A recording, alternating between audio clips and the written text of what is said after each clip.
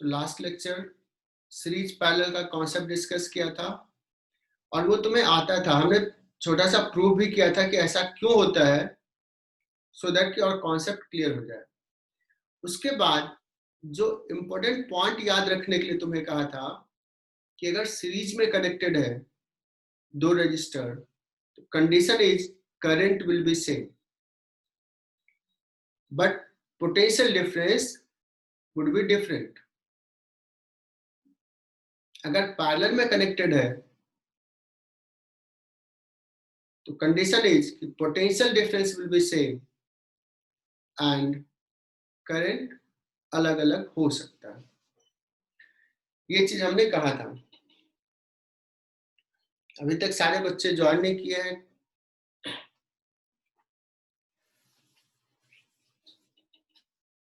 और फिर series parallel पे एक आध सम किया था हम लोगों ने।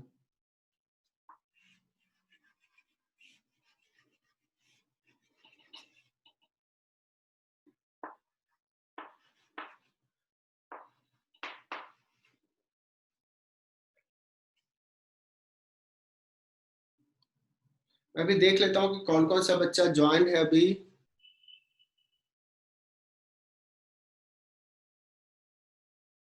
सुमेध ज्वाइन कर लिए? हाँ सर। मैसेज में बहुत परेशान करते हो यार, मैसेज पे मैसेज। सर मैं अगले क्लास से ज्वाइन कर रहा हूँ। मेरा भी पीछे का हाँ वो थोड़ा बैकलॉग रह गया था। इतना टेंशन क्यों लेना यार, जब क्लास ज्वाइन करना है तो ज्वाइन करना है।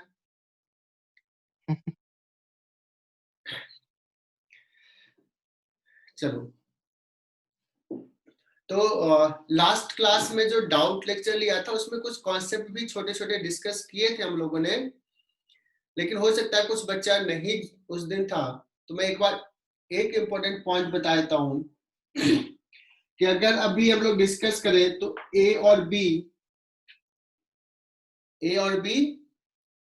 सीरीज में है, ठीक है। तो ये जो बच्चे नहीं थे उनके लिए है, हालांकि उस क्लास में मैंने ये डिस्कस कर लिया था। अब सोचो कि एक ऐसे कनेक्शन है,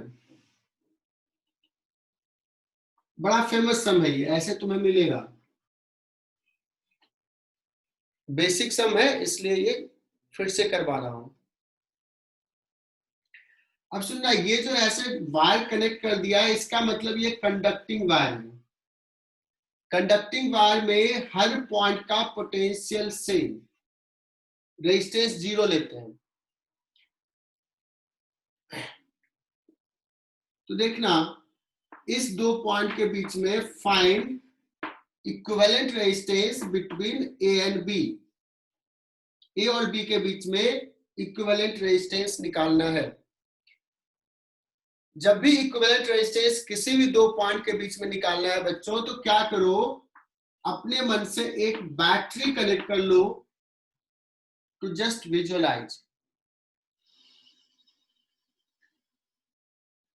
ओके, तो अगर ऐसे कनेक्ट कर लिया तो अब हमें देखना है कि क्या ये तीन रजिस्टर्स सीरीज में है या तीन रजिस्टर्स पैरेलल में है, ये चेक करना है। सीरीज में होने के लिए जैसे जो करंट इसमें गया, तो क्या ये करंट यही करंट इसमें है? क्या इसमें जो जा रहा है इसमें हो सकता है कुछ इधर से भी जाए या कुछ इधर से आए? तो सीरीज में तो नहीं दिख रहा। क्या ये पैरेलल में है? पैरेलल में तो और नहीं तुम्हें दिख रहा होगा। तो एक काम करते हैं हम लोग, थोड़ा सा पोटेंशियल असाइन करते हैं तो थोड़ा क्लैरिटी आ जाएगी। तो जो बच्चे लास्ट क्लास में नहीं अटेंड किए थे उनके लिए बता रहा हूं, इस पॉइंट का पोटेंशियल 0 ले लिया और इसका वोल्टेज सपोज V0 है, तो ये V0 ले लिया। यहाँ का पोटेंशियल V0 0 V0। जो बड़ा सा लाइन है ये पॉजिटिव टर्मिनल होता है, ये निगेटिव टर्मिनल होता है। ये 0 है तो ये हर पॉइंट का यहाँ पे 0, यहाँ का भी 0। अब देखो ये यहाँ का 0 है तो इस पॉइंट का भी 0 है पोटेंशियल। और इस पॉइंट का V नॉट है तो यहां का V नॉट, यहां का V नॉट तो इस पॉइंट का भी V नॉट।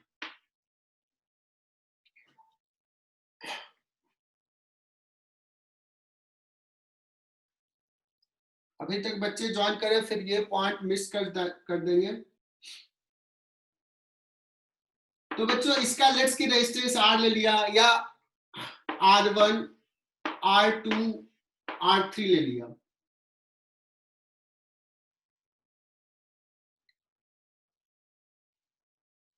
सो देखना इसके बीच का पोटेंशियल डिफरेंस कितना है, R1 के क्रॉस 0 V नॉट, ये हाई पोटेंशियल पे। Current will flow along this high to low, ohm's law से करंट लिख सकते हैं। लुक एट दिस रेजिस्टर, इसमें करंट ऐसे जाएगा हाई टू लो, कितना पोटेंशियल डिफरेंस है V नॉट। इसमें देखो कितना पोटेंशियल डिफरेंस है V नॉट और 0 V नॉट, इसमें करंट ऐसे जाएगा। तुम लोग भी डायग्राम ड्रॉ करो और लिखो, जो लास्ट क्लास में नहीं थे, डाउट क्लास में मैंने ये बता दिया था। सो इसके क्रॉस V नॉट, इसके क्रॉस भी V नॉट, इसके क्रॉस भी V not, potential difference same. So R1, R2 and R3 all are in parallel। सारे बच्चे नोटबुक में लिख लो जो लास्ट क्लास में नहीं थे, ये लिख लिए। अगर मैंने ये सवाल दे दिया और ये बताता हूं, जैसे मैं बेसिक्स लास्ट क्लास में बताया था, R R R तीनों पैरेलल में, इक्विवेलेंट हो गया था R/3। अभी मैंने थोड़ा चेंज कर दिया, R1 का वैल्यू ये सारा दे दिया, still you will find what is R equivalent.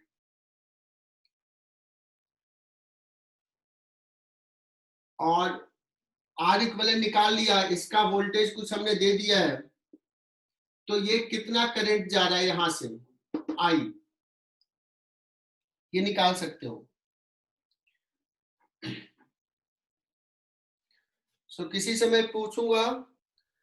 सो इस सवाल तो बहुत ही आसान है, पैरेलल में है बच्चों ये तीन, तो R1/R equivalent 1/R1 plus 1/R2 plus 1/R3 and then 1/R equivalent 1/2 plus 1/3 plus 1/6। ये करोगे तो R equivalent आ जाएगा I think 1 ohm. R equivalent is 1 ohm, so current कितना हो जाएगा, I is equal to V/R, so I is equal to V upon R equivalent 4/1 ohm 4 ampere.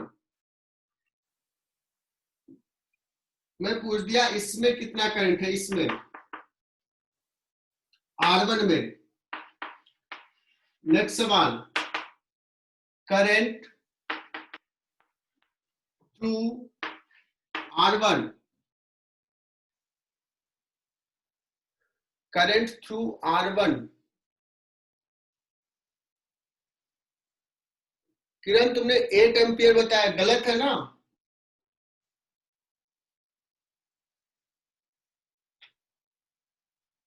ये plus लिखा हूं।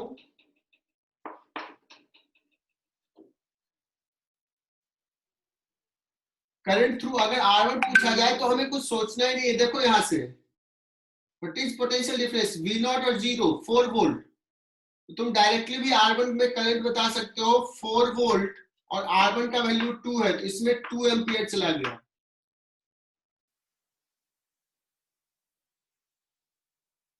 इसमें 2 एम्पियर, तो देखो यहां से 4 एम्पियर आया बच्चों, इसमें 2 गया, तो हम कह सकते हैं इसमें कितना गया होगा, इसमें भी 2 एम्पियर गया होगा।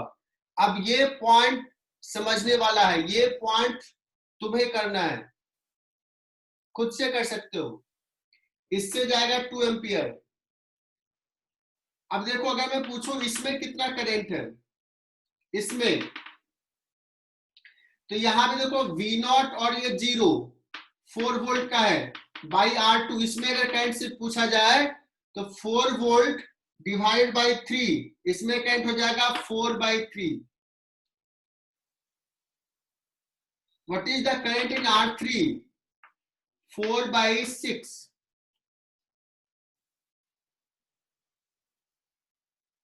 4 वोल्ट डिवाइड बाई R3 6, 4/6।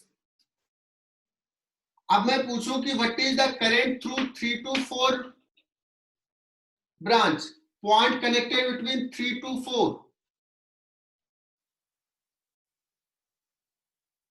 तो क्या कहोगे? देखो, कॉमन सेंस, इतना तुम्हें यूज करना है। देखो यहां से जो करंट आया, यहां से देखो ऐसे करंट आ रहा है, this will go in this direction.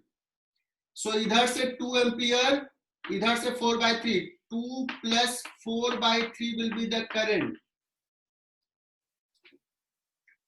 Clear?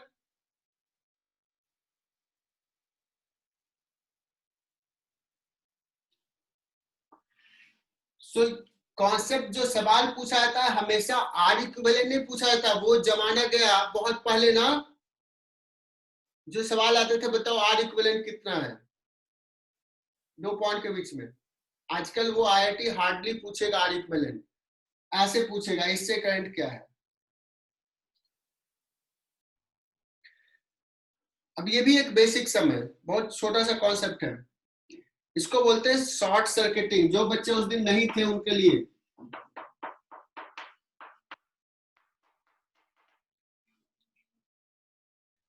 अगर हम इस रजिस्टर को इस कनेक्टिंग वायर से ज्वाइन कर दिया, अभी मैंने स्विच दिखा दिया, स्विच को अगर क्लोज कर दिया तो कहेंगे कि इस रजिस्टर आर को हमने शॉर्ट सर्किट कर दिया। शॉर्ट सर्किट का मतलब उसके क्रॉस कंडक्टिंग वायर ज्वाइन कर दिया है। दैट मीन्स अगर कुछ करंट ऐसे आ रहा है तो यहाँ पे करंट के पास दो ऑप्शन होगा, या तो इस पाथ से जाए या इस पाथ से, कुछ हिस्से पैरेलल जैसा। लेकिन इसका रेजिस्टेंस 0 है। जब रेजिस्टेंस 0 है तो सारा करंट ऐसे ही चला जाएगा, इसमें करंट नहीं जाएगा। अगर इसमें कुछ रेजिस्टेंस होता, कुछ पार्ट इधर से जाता, कुछ पार्ट इधर से जाता, अब क्या होगा? सारा करंट इधर से चला जाएगा। No current through this resistance R। तो इस केस में I will becomes V upon, चूंकि एक ही रेजिस्टर है R, V अपॉन R।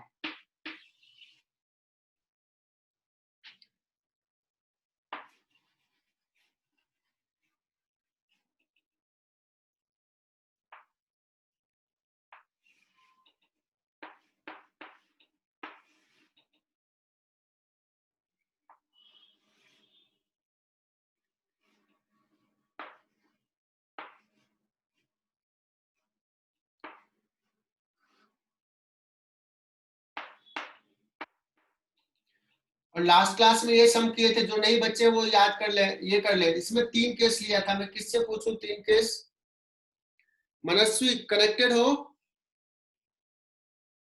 हाँ, मनस्वी कनेक्टेड है।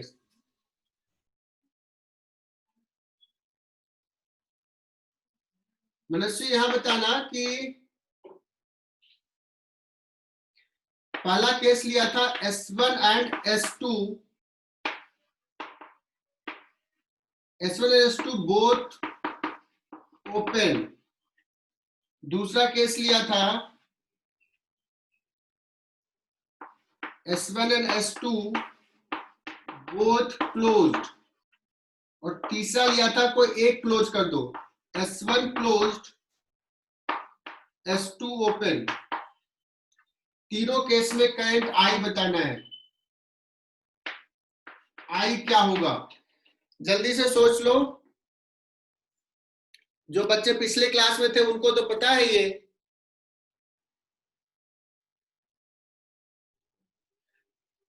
तो ये बेसिक सम है, हमने लास्ट क्लास में डिस्कस किया था। एक बार बोलता हूँ, S1 S2 बोथ ओपन। ये ओपन है तो ये तीनों रेजिस्टर कनेक्टेड है सीरीज में। अगर ये दोनों क्लोज है, ऑलरेडी हमने डिस्कस किया, this three will be in parallel. और S1 क्लोज है, इसको क्लोज कर दिया, और S2 ओपन ही है। तो देखो मैं इसको ओपन को ऐसे हटा ही देता हूं। थर्ड केस इंपॉर्टेंट है, समझना। ऐसा है बच्चों। अब ये क्लोज कर दिया,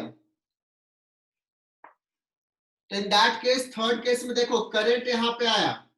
अब इसके पास दो पाथ है, या तो ऐसे जाए या तो ऐसे जाए, या दोनों तरीके से जाए। बट देखो ये सारा करंट ऐसे चला जाएगा बिकॉज इस दोनों को एक साथ शॉर्ट सर्किट कर दिया।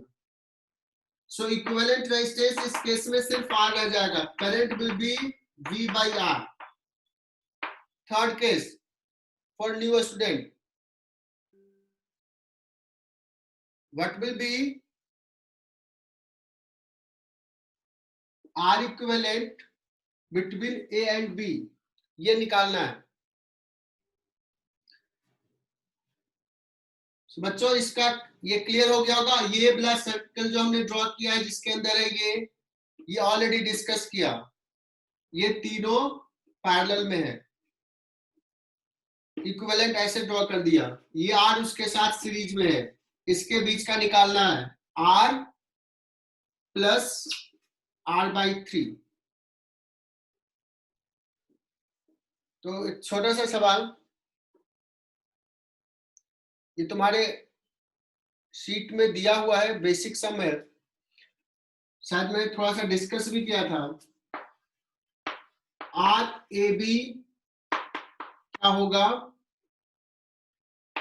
R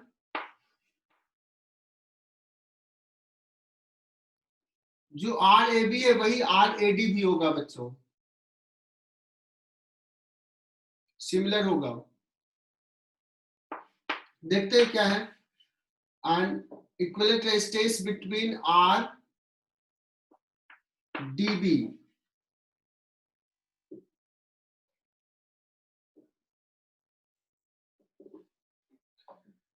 तो सबसे पहले मैं RAB निकालना चाह रहा हूं, तो क्या करते हैं इसमें, एकदम प्यार से देख लेना, सुमेध डाउट होगा तो बताना। ए और बी के बीच में इक्विवेलेंट रेजिस्टेंस निकालना है। मैं कह रहा हूं मेंटली एक बैटरी जोड़ दो ऐसे, और देखो कि कैसा सिचुएशंस होगा। करंट ऐसे गया, यहाँ पे दो पाथ है, कुछ इधर गया कुछ इधर गया। क्या मैं इस रजिस्टर को इस रजिस्टर को सीरीज में कर सकता हूं? कहोगे नो ऑप्शन, सीरीज में तो हो ही नहीं सकता, अलग करंट है। क्या ये दोनों पैरेलल है? इसका एक पॉइंट सेम पोटेंशियल पे है, दोनों का एक एक एंड, बट दूसरा एंड इसका अलग, डी अलग पोटेंशियल, बी अलग पोटेंशियल। ना तो ये दोनों सीरीज में, ना तो ये दोनों पैरेलल। सो इसके बीच में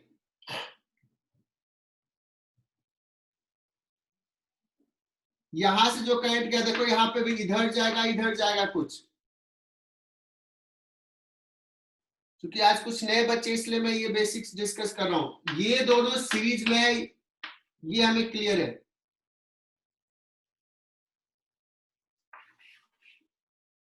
तो इन दोनों को एक मान लेंगे। ऐसे सवाल पता नहीं मुझे फर्स्ट सेकेंड लेक्चर्स में किया है कि नहीं। R और R सीरीज में, फिर इसके साथ ये हो गया 2R। 2R will be parallel to R because एक रजिस्टर मान लिया इसको, तो इसका इक्विवेलेंट रेजिस्टेंस मैं ड्रॉ कर लेता हूं। पॉइंट ए पॉइंट बी,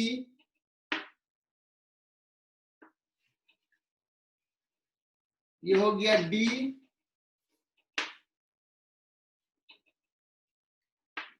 और D से B एक रजिस्टर R, और ये वाला रजिस्टर C पॉइंट अब हटा दिया, एक और रजिस्टर ऐसा, दिस इज 2R। जो मैं बात कर रहा था, ये और ये पैरेलल, देखो ये और ये पैरेलल दिख रहा है। सो इसको एक रजिस्टर मान लोगे, then this two will be in series, और फिर इसके साथ ये पैरेलल में आ जाएगा।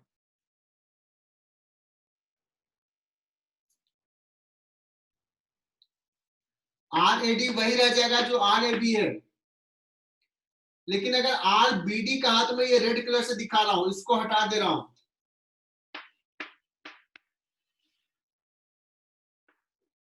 सी इसमें देखो अगर करंट ऐसे आया तो कुछ इधर जाएगा, कुछ इधर, कुछ इधर। हम कह सकते हैं ये दोनों सीरीज में, तो इसको एक रेजिस्टर मान लिया 2R, इसको सीरीज में ये 2R, और ये और ये तीनों पैरेलल में। सो नेक्स्ट कॉन्सेप्ट हम लोग मूव कर रहे हैं, ये 10th में भी पढ़े होंगे, व्हीटस्टोन ब्रिज बैलेंस। देखो ये ब्रिज है, एक resistor R1, R2, R3, R4 और बीच में ये कनेक्टेड है, this is called bridge resistance.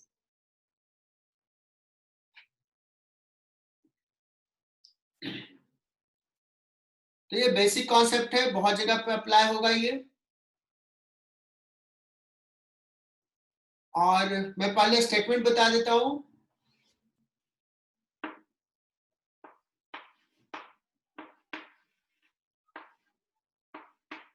कुछ पॉइंट्स मेंशन कर दिया बच्चों। मैं कह रहा हूं कि if R1 upon R2 this by this is equal to R3 by R4 this by this, rest order देखना, this by this, अगर ये इक्वल है then potential at C point is equal to potential at D point हो जाएगा। अब ये दोनों के बीच का पोटेंशियल सेम हो गया। अगर ये कोई रेजिस्टर यहाँ पे है, पोटेंशियल डिफरेंस 0 है, तो इसमें करंट 0 हो जाएगा। सो करंट, इसका नाम देते हैं R5, current through R5 equal to 0, और ये कंडीशन है, this is called bridge is balance.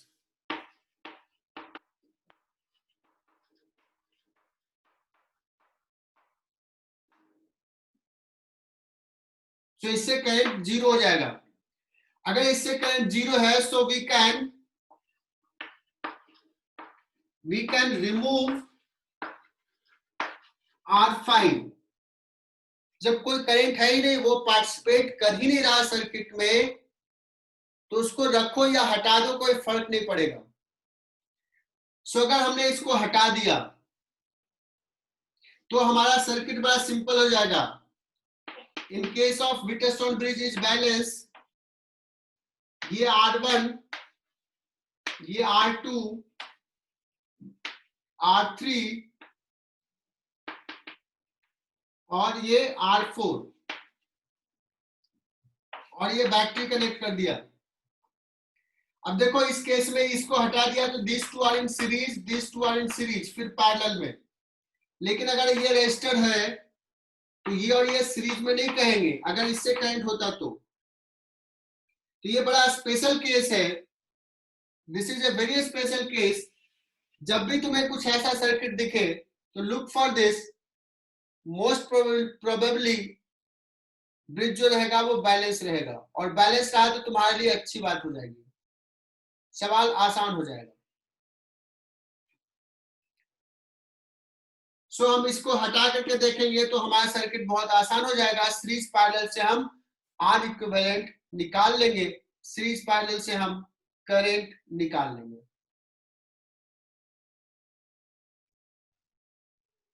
तो बच्चों इसको हम प्रूफ कर रहे हैं कि कैसे VC इक्वल टू VD है। तो मैं सबसे पहले ना VC लिखता हूं, तो इसके लिए इसका पोटेंशियल मान लिया V बैटरी का, तो यहां का पोटेंशियल हो गया 0, यहां का पोटेंशियल हो गया V। तो देखना इसको मैंने हटा ही दिया, सोचो R5 नहीं है, और तब हम प्रूफ करते हैं। तो ये दोनों हमारा है सीरीज में। तो सीरीज में पोटेंशियल कैसे डिवाइड होता है, प्रोपोर्शनल या इनवर्सली प्रोपोर्शनल। तो इसके बीच का potential difference VC minus VB, VB 0, potential difference across R2 हो जाएगा R2 divide by R1 plus R2 into V। First class में डिस्कस किया था। सो इसको ऐसे भी लिख सकते हैं V अपॉन R2 को नीचे लेके आ जाओ, R1 by R2 plus 1 VC, similarly VD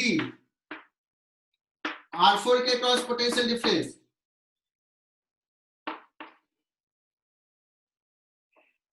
ये भी डिस्कस किया है, वही मतलब वही है, VD माइनस 0, R4 के क्रॉस लिख रहा हूं VD minus 0, that is equal to R4 by R3 plus R4 into V, इसके क्रॉस में V है, सो VD यहां से क्या आ गया V upon R3 by R4 plus 1. Now you can check R1 by R2 और ये दोनों इक्वल है, so now we have proved that VC is equal to VD, और अगर VC is equal to VD अब अगर हम कोई रेजिस्टर कनेक्ट किए इसके बीच में, तो ये और ये सेम पोटेंशियल पे, कोई करंट इससे फ्लो नहीं करेगा, प्रूफ हो गया। ये डायग्राम ड्रॉ करो, और ये तुम्हें इसमें सारे केसेस में ना, इसमें कुछ रेजिस्टेंस हमने दिखा दिया, बट इसमें सारे रेजिस्टेंस R, इसमें भी सारे रेजिस्टेंस R, इसमें भी सारे resistance R, A B point दिखाया हमने, इसके बीच में इक्विवेलेंट रेजिस्टेंस निकालना है, और सारी ये व्हिटस्टोन ब्रिज बैलेंसिंग है, तुम्हें सर्च करना है।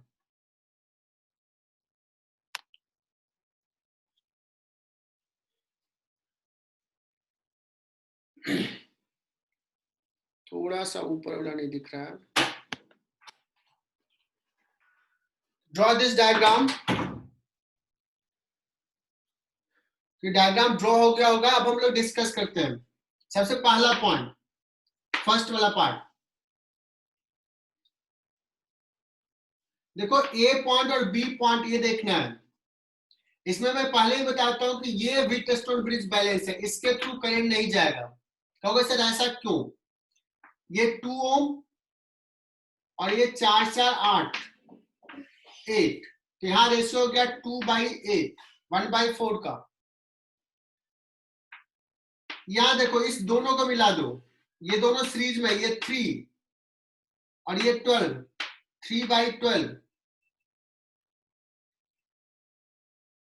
ये भी वही हो गया, तो ये दोनों पॉइंट के बीच में पोटेंशियल सेम हो जाएगा, सो इसके थ्रू करंट नहीं जाएगा, तो इसको रिमूव कर सकते हो। क्या इसमें किसी को डाउट? नहीं होगा। Come to this point, can you realise कि ये जो हमारा है ये व्हिटस्टोन ब्रिज बैलेंस है।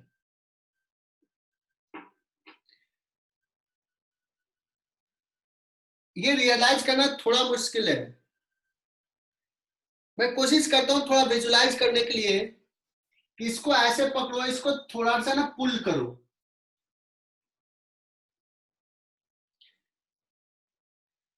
तो ये देखो, कोशिश करो समझने का कि ऐसे पुल किए ना तो तुम्हारा ऐसा स्ट्रक्चर बनते हुए दिखेगा।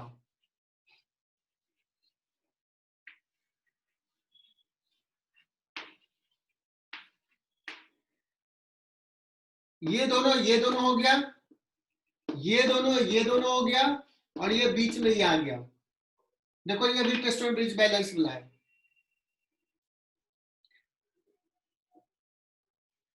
और रियलाइज करने के लिए मैं ऐसे बता रहा हूं, देखो यहां से ऐसे एक पाथ, दूसरा पाथ ऐसे, और इस दोनों के बीच में ये कनेक्टेड है,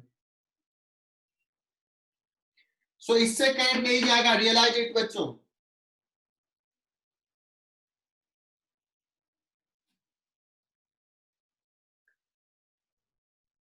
इसमें देख लो ए और बी पॉइंट, और देखो ये वायर ऐसे है, तो ये तो एग्जैक्टली सेम पॉइंट है दोनों, तो इसको पकड़ के यही रख लो, इस वायर को ऐसे कर लो। सिमिलरली ये और ये सब सेम पॉइंट पे है, इसको एग्जैक्टली यही कर लो। तो देखो इसको मैं ऐसे कर देता हूं, ऐसे, और ये दोनों भी सेम ही पॉइंट है, इसको भी ऐसे ज्वाइन कर लो। सो इमेजिन करो ये, अच्छा एक सेकेंड यार, यहाँ पे थोड़ा सा गड़बड़ में कर दिया था। यहाँ पे एक ही रजिस्टर है, सॉरी, इसको रीडायग्राम ड्रॉ कर लेना। यहाँ पे एक ही रजिस्टर है R, ये गलती से 2 ड्रॉ कर दिया था ना। अगर 2 ड्रॉ किया तो R/2 कर लो। सो सी, ये एक पाथ देखो R और एक पाथ ये देखो R, बीच में ये कनेक्टेड है।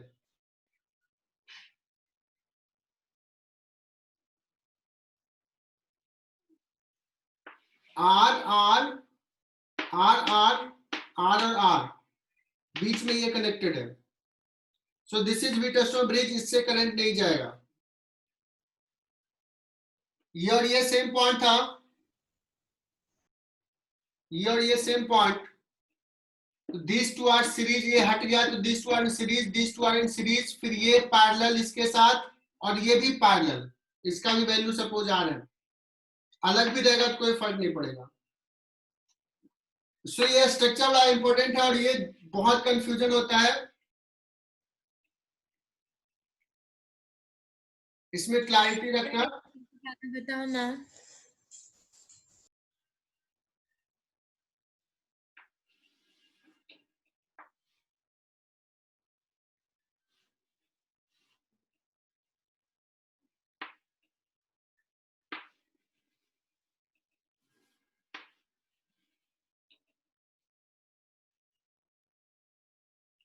फिर से बता दूं,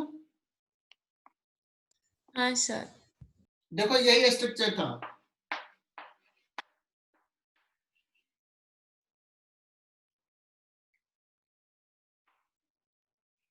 इसको इसको देखो 2 रजिस्टर ऐसे, देखो ऐसे 2 रजिस्टर जा रहा है, ये बी तक आ गया 2 रजिस्टर, ये भी 2 रजिस्टर है, बी तक आ गया ए से बी में, और इस दोनों के मिडिल से जुड़ा हुआ है ये। अगर दिस बाय दिस हो equal to this by this, ये व्हीटस्टोन ब्रिज बैलेंस होगा।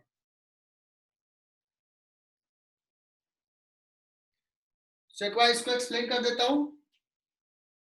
ए बी के बीच में इसको रहने दो, इसका भी कोई काम नहीं। ये देखो ये 1 2, फिर दिस और इसके बीच में कनेक्टेड है। अगर this by this equal to this by this, तो इससे करंट नहीं होगा। और अभी तो हमने सारे रेजिस्टेंस आर लिए हैं, इससे करंट नहीं आएगा, है ना। ए बी, कुछ पॉइंट का नाम देता हूं, इसको नाम देता हूं सी, इसको नाम देता हूं डी। तो सी से डी के बीच में जो रजिस्टर कनेक्टेड है उससे करंट नहीं है।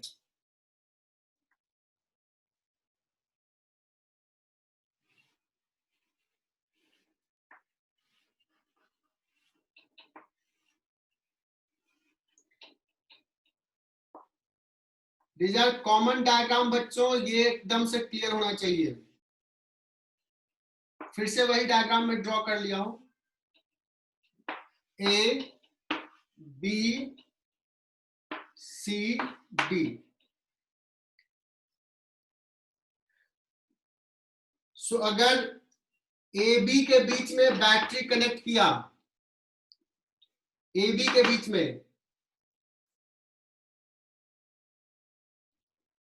तो सी और डी के बीच में जो रजिस्टर है इससे करंट नहीं होगा। सारे बच्चे एक बार बताओ कि क्या क्लियर है ये कॉन्सेप्ट, स्पेशली जेपी 01 बैच। 02 में हमने पहले ही पढ़ा चुके हैं इसको, उनका तो रिवीजन चल रहा है। अपूर्व बागुल ने कहा यस सर क्लियर है। अगर क्लियर है बच्चों तो मैं एक बार और पूछता हूं, ए बी के जगह पे मैं ना एडी के बीच में बैटरी कनेक्ट किया, एडी, इसमें बताओ कि कौन से वायर से करंट नहीं होगा। क्या BC आएगा सर। BC पॉइंट से देखो, यहां से अगर हम AD की बात करें तो एक रजिस्टर 2, 1 2, इससे करंट नहीं होगा। हम तो ऐसे विजुलाइज करने की कोशिश करते हैं, जब नहीं समझ में आता तो मैं ऐसे बोल देता हूं कि देखो अभी 4 पॉइंट्स है यहाँ पे, ABCD 4 पॉइंट है। जिस दो के बीच में बैटरी कनेक्ट किया, बचा हुआ 2 पॉइंट रहा, इसके बीच में जो रजिस्टर रहेगा उससे करंट नहीं होगा। और कहानी यही खत्म नहीं है। JP02 बैच याद होगा तुम्हें। इस C पॉइंट को ना थोड़ा ऐसे ले आओ, ऊपर पुल कर लो।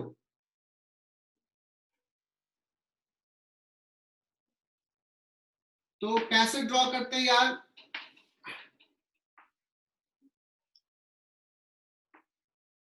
A B C और ये D।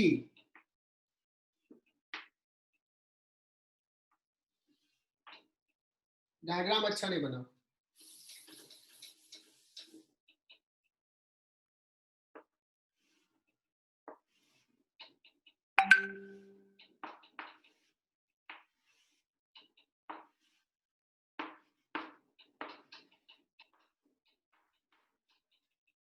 ये मैं क्या बनाना चाह रहा हूं, दिख रहा है क्या? देखो बच्चों, मैं कोशिश कर रहा था ये टेट्राहेड्रल स्ट्रक्चर बनाने का। ये यही है, इसको ना C पॉइंट को ऊपर लेके आ जाओ तो देखो 1 2, ये ट्रायंगल बन गया और ये चौथा पॉइंट। सारे पॉइंट्स को मिला दो एक दूसरे से, टेट्राहेड्रन बन गया। ABC सपोज बोर्ड के प्लेन में, और ये D बाहर है। 4 वायर, कितने वायर से इसमें? 3 3 6 वायर्स हैं। टेट्राहेड्रन में कितने फेस होते हैं? 4 फेसेस।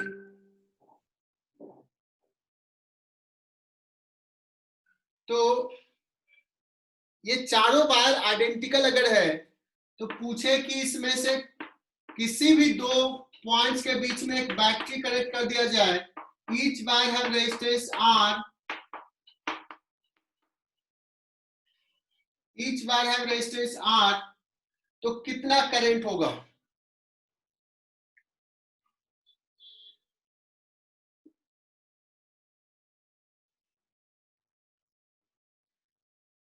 सो देखो ये ABC जो पॉइंट्स है, ये D एग्जैक्टली यहां है,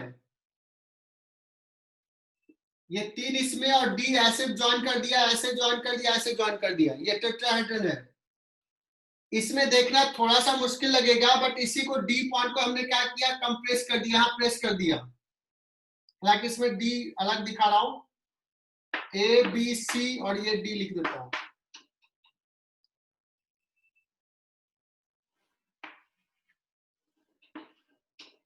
अभी देखो इसी स्ट्रक्चर को इससे कंपेयर कर रहा हूं। ABC और D इधर है, इसको प्रेस कर दिया। These two diagram are same। D point जो यहां था, इसको ऐसे प्रेस कर दिया।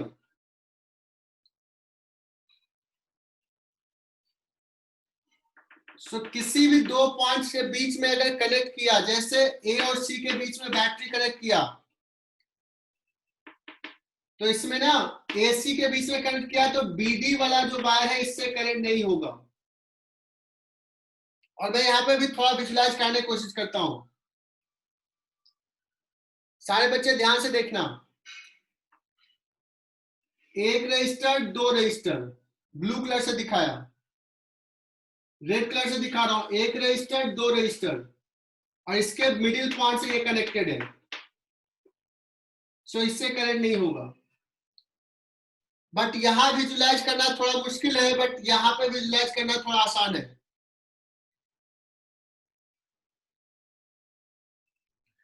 बच्चों एक कॉन्सेप्ट होता है जिसमें ना बहुत सारे रजिस्टर एक पर्टिकुलर ऑर्डर में कनेक्टेड होते हैं, बहुत सारे मतलब इनफाइनाइट नंबर ऑफ सपोज। उस केस में कहेगा इक्विवेलेंट निकालने के लिए। तो ये एक टाइप का सम है, आज हम लोग वो डिस्कस करते हैं और आज का क्लास वही फिनिश करेंगे। तो एक डायग्राम में ड्रॉ कर रहा हूं।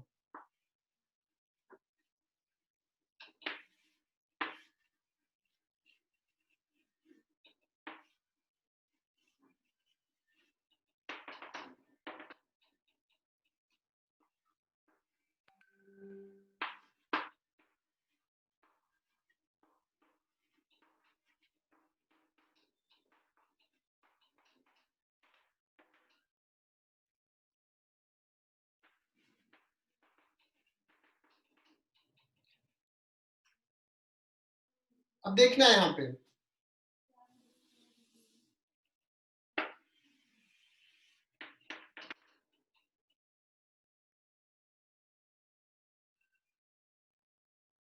इसमें एक पर्टिकुलर ऑर्डर में बहुत सारे रेजिस्टेंस वही पैटर्न रिपीट हो रहा है।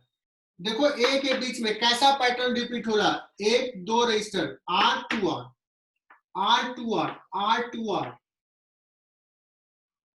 ये रिपीटिंग है।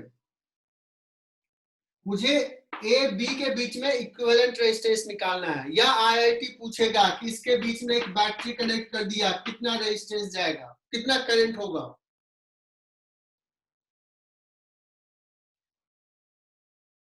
तो इसमें कैसे कहेंगे, ना सीरीज ना पैरेलल, दिख नहीं रहा, इनफाइनाइट नंबर ऑफ रजिस्टर है। तो देखिए टेक्निक बच्चों की आज सीख लेना। अगर मैं कहूं कि इसके बीच में equivalent resistance suppose R dash है, RAB is equal to R dash. अब मैं क्या करता हूं, उसमें से ना एक लूप को कट करके निकाल दिया, ये पॉइंट C और ये पॉइंट D का दिया, इसको हटा दिया, इसको ढक लो, ये कट करके निकाल के घर लेके चले जाओ। अब बचाओ ये है, मैं CD के बीच में इक्विवेलेंट रेजिस्टेंस क्या बोलूंगा, अभी भी R डैश रहेगा, बिकॉज ये तो इनफाइनाइट नंबर ऑफ लूप्स है। इनफाइनाइट में से एक निकाल लिया तो इनफाइनाइट ही बचा। तो अगर RAB R डैश है तो इसको अगर निकाल लिया तो ये बचा हुआ पार्ट इधर देखो सेम है, रिपीटिशन R डैश होगा। That means this can be replace as ये R, ये 2R। अब मैं इसको नहीं हटाता, इस पूरे को हटा देता हूं। इस पूरे को हटा दिया तो इसका इक्विवेलेंट रेजिस्टेंस कितना होगा, R डैश। सो RAB भी R डैश, और इसके बीच में जो हटा दिया तो ये भी R डैश। अब देखो एक इक्वेशन बन जाएगा बच्चों, इसके बीच का इक्विवेलेंट है R dash, R dash is equal to, देखो ये दोनों कैसे कनेक्टेड है, पैरेलल में, R डैश, सॉरी ये हो गया 2R into R dash divide by 2R plus R dash, इसका इक्विवेलेंट, उसके साथ ये सीरीज में प्लस R, ये हो गया AB के बीच का इक्विवेलेंट रेजिस्टेंस, जबकि मुझे पता है वो कितना है, R dash. So right this equation, और R डैश में क्वाड्रेटिक आ जाएगा, R डैश का एक वैल्यू आ जाएगा, सॉल्व इट। बट एक एग्जांपल के लिए एक और ले लिया, ये प्रैक्टिस के लिए। वैसे इनफाइनाइट नंबर ऑफ रजिस्टर है, इसी ऑर्डर में कनेक्टेड है, R इक्विवेलेंट निकालना है। इसका बिल्डिंग ब्लॉक देखो कैसा है, किस टाइप का रजिस्टर आ रहा है, एक ऐसे रिपीट हो रहा है, ऐसे सोचो C C C ऐसे ऐसे ऐड होते जा रहा है।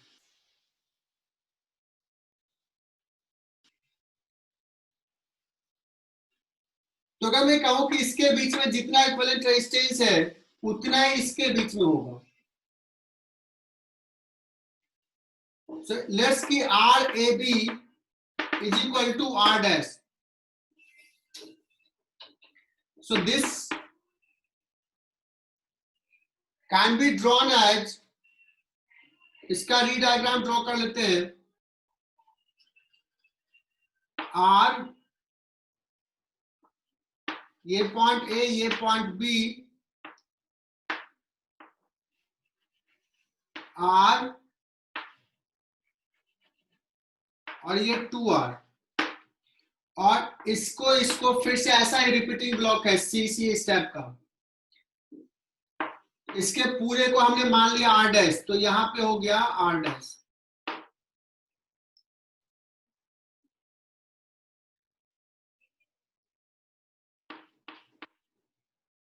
इसका क्या कहेंगे, R equivalent, R dash is equal to अब R और ये दोनों पैरेलल में है,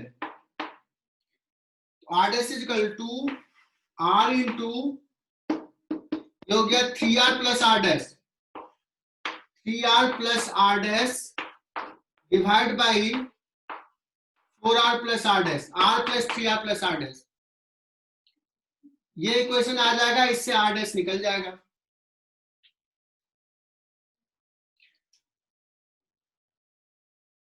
सो दूसरा भी एग्जांपल ले लिया। अब एक और टाइप का सम, उसी पे थोड़ा सा मॉडिफाइड कर दिया उसी सवाल को। ये सारे इरोडोव के सवाल हैं। देखो ये R1 R2 लिख लिया, R भी दे सकते थे, मैं जनरल ले रहा हूं, R1 R2। अभी देखो ऐसा ऐसा ब्लॉक है, लेकिन यहाँ पे थोड़ा चेंज कर दिया, ये है KR1 और ये KR2, K टाइम्स मल्टीप्लाई हो गया इसमें से, फिर जो ये आया उसमें फिर से K टाइम्स मल्टीप्लाई हो गया, इस टाइप का है।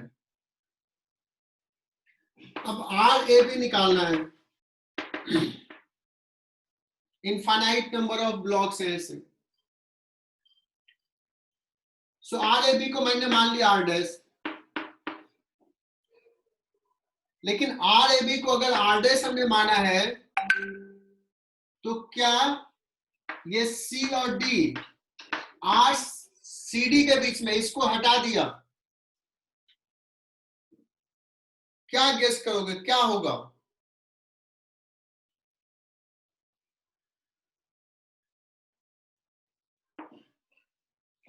ये तुम्हारे समझदारी पर डिपेंड करता है, ये एक्सपेक्ट किया जाता है कि तुम खुद से करो इसको।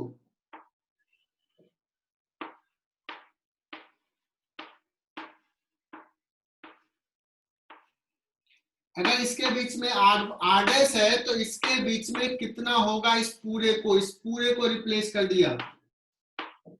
क्या मैं लिखूं ये KR डैश होगा?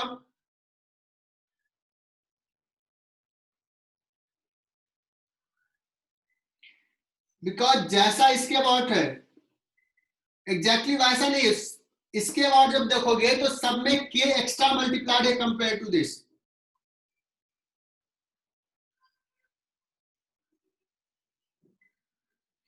इसके यहां से जब स्टार्ट करा तो सारे रजिस्टर से K कॉमन ले लोगे तो इसके अबाउट जो है वही रहेगा, तो दिस बिकम्स KR डैश। तो क्या हो जाएगा इक्वेशंस, R डैश इसके बीच में that is equal to R2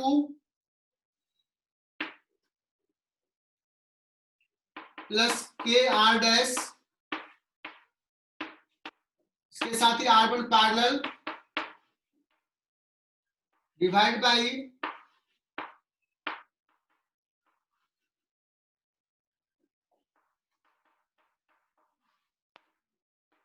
this will be the equation।